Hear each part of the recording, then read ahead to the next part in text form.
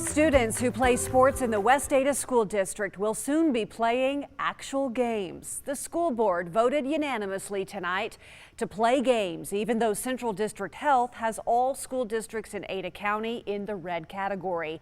Remember, the red category calls for full remote learning and extended school closures longer than 6 weeks. Our Joey Prechtel listened into that board meeting tonight, as well as a protest that was being held at the same time. So, Joey, a lot to get to tonight. Tell us what all happened.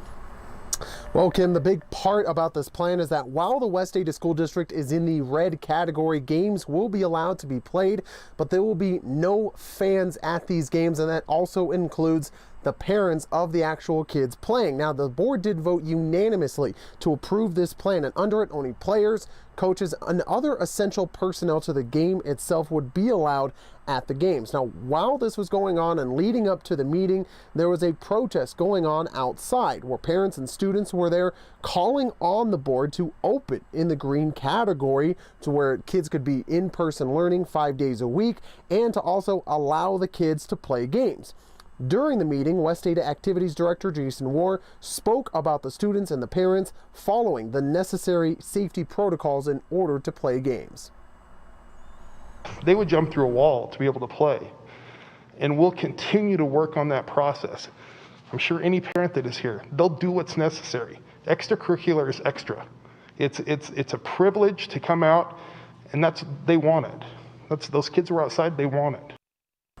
The plan also addresses what will be done if either a player or coach tests positive for COVID-19. The district will look at the extent of exposure risks, number of positive cases, and other factors. But now when it comes to making a decision, it'll be a case-by-case basis based on how extensive was the spread. If it was minimal, then the positive case should self-isolate and return when ready.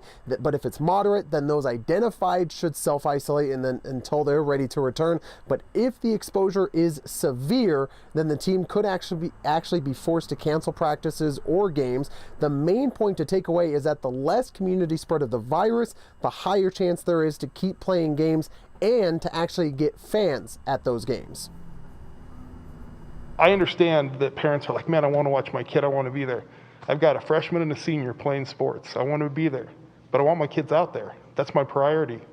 So I'm going to go with that first, and then we'll evaluate next week.